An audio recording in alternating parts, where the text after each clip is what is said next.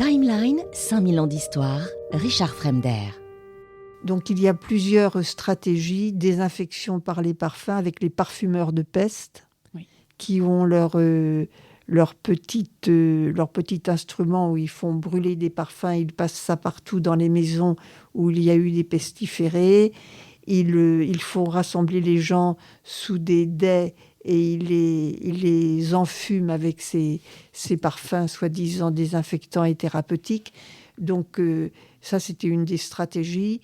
Il y a aussi des vinaigres aromatiques que l'on boit pour se désinfecter, pour se protéger de la peste, notamment le vinaigre des 4 voleurs, qui avait servi soi-disant à 4 voleurs qui en avaient bu et qui s'en étaient enduits tout le corps.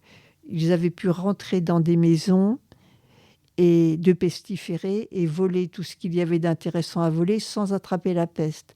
Et selon la légende, ces 4 voleurs auraient été arrêtés et en échange de leur vie, ils auraient donné la formule de ce fameux vinaigre des 4 voleurs, où il y avait du romarin, de la rue, du camphre, de l'absinthe. Il y avait de nombreuses stratégies aromatiques. Je vous ai parlé des vinaigres aromatiques, des pommes de senteur, des désinfections par les parfums. Il y avait évidemment aussi des parfums qui étaient censés protéger de la peste, comme la fameuse eau de la reine de Hongrie, qui arrive en 1370, qui est faite à base de fleurs de romarin. Et on doit s'en frotter tout le corps et on doit aussi boire ce parfum. On doit le boire parce que le parfum était aussi, pour ses indications thérapeutiques, non seulement appliqué sur le corps, mais bu. On était imbibé de parfum pour se protéger des miasmes. On retrouve ça quand même parfois un petit peu aujourd'hui encore avec les huiles essentielles, où il y a quand même beaucoup de gens qui disent moi je me mets de l'huile essentielle dans le métro, sur le poignet, etc. Comme ça, je suis sûr de ne pas attraper de maladie. C'est très curieux. Et ils en avalent. Et ils en avalent aussi. Ils en mettent sur les narines. Vous avez tout à fait raison. Ouais.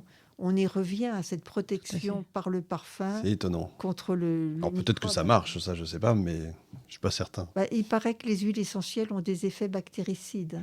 A priori. Oui. Ça a été étudié, puisqu'aujourd'hui on commence à étudier sérieusement les huiles essentielles. Oui, ça a des produits bactéricides, antiseptiques. Donc le bon sens commun, ça peut être pas mal aussi. Ça peut être... Vous évoquez plutôt les pommes de senteur. Les pommes de senteur, très utilisées par la noblesse à l'époque pour lutter contre la peste. Et j'ai appris en vous lisant qu'en fait, ces pommes de senteur étaient aussi très décorées. Et qu'il y avait toute cette superstition, en fait, des pierres précieuses qui étaient anti-venimeuses. Vous avez tout à fait raison. On ajoutait aussi à ces produits qui étaient dans la formule de la pomme de senteur donnée en 1348 par les médecins du Collège de Paris. On ajoutait à la Renaissance, ça se fait à la Renaissance, des produits considérés comme ayant des vertus contre les poisons pour renforcer les vertus thérapeutiques du parfum. Alors, on mettait des perles, on mettait de l'or, on mettait aussi de la poudre de scorpion. On mettait soi-disant aussi de la corne de licorne. Alors la licorne, c'est un animal mythique, évidemment. Mais cette fameuse corne de licorne, elle vient en fait d'un animal marin qu'on appelle le nerval, qui a une grande dent. Et donc, on capturait cet animal et on pulvérisait sa grande dent et on ajoutait cette poudre dans les pommes de senteur. Vous avez tout à fait raison. C'était pour renforcer les pouvoirs du parfum. Et au XVIIe siècle, on fera encore mieux. On va ajouter au parfum des produits très toxiques pour renforcer encore ses pouvoirs. On va y ajouter de l'arsenic, de la poudre à canon, du soufre. Vous voyez ? Ça devait être sympa. On a cherché à renforcer les pouvoirs du parfum jusqu'au bout, parce que évidemment, on s'apercevait bien qu'on n'arrivait pas à bout de la peste qu'on n'arrivait pas à enrayer la peste uniquement avec le parfum. Donc les médecins ont tout tenté jusqu'à faire des parfums qui pouvaient être véritablement toxiques, parce que évidemment, lorsque vous respirez un parfum qui contient de la poudre à canon ou du soufre, de l'arsenic, c'est quand même pas prodigieusement sain. Non, il devait mourir d'autre chose, en fait. C'est sympa. Et il a fallu attendre la seconde moitié du XVIIIe siècle pour que ce crédit accordé au pouvoir thérapeutique du parfum commence à s'affaisser. Et on a découvert l'eau de Javel, l'acide muriatique. Là, les chimistes vont entrer en scène et préparer des produits pour désinfecter les endroits où s'entassent les corps. Prisons, hôpitaux, églises. Alors, vous évoquiez plutôt la poudre à canon. La poudre à canon, oui, bien sûr, qui a été utilisée aussi pour lutter contre la peste, oui. Et c'est vrai que les gens, de leur propre gré, en fait, tiraient des coups de canon dans les villes. Et voilà, pour dans les écarter villes. la peste. Voilà, exactement. Mais c'est sans incroyable. boulet de canon, bien sûr. Voilà. Oui. Je suis pas sûre qu'il y avait de la Oui. contre la peste. Parce que cette odeur de la poudre à canon était censée être une odeur puissante et pouvoir neutraliser l'odeur de la peste. Magnifique. On ne se rend pas compte. On a eu la lutte contre la peste, ça a été une lutte olfactive, essentiellement. C'est dommage qu'ils n'aient pas été là pour le Covid, on aurait pu rigoler un petit peu quand même.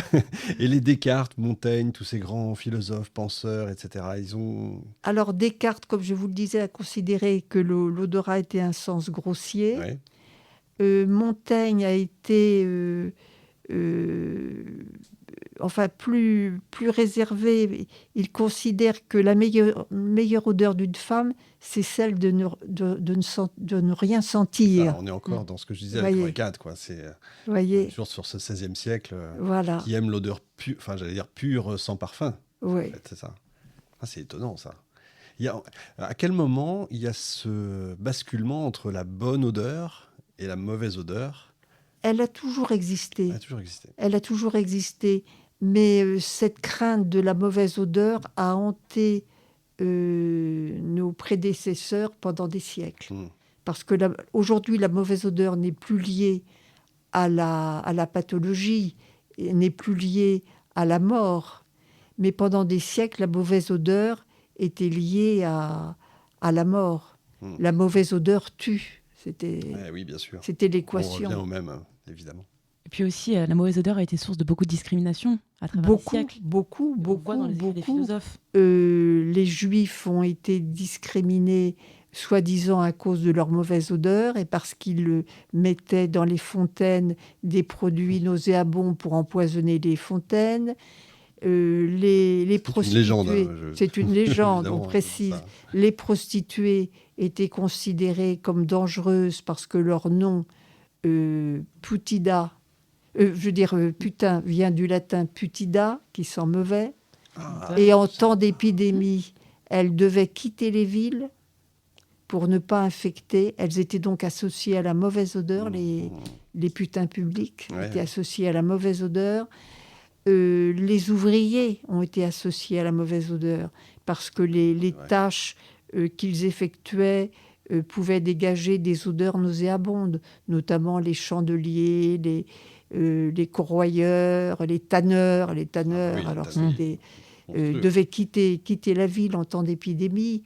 Les pauvres ont été associés à la fétidité. Et au XVIIe siècle, à Nîmes, ils sont enfermés dans les arènes pendant le temps de l'épidémie. C'est vrai. D'accord. C'est incroyable. Donc, il y a eu... Les homosexuels ont été associés à la mauvaise odeur aussi. Donc, la discrimination se fait souvent par le biais de l'odeur. Odeur, évidemment, fantasmée, mais elle se fait de façon olfactive. L'ennemi est appelé dans certaines cultures celui qui pue. Pendant la guerre de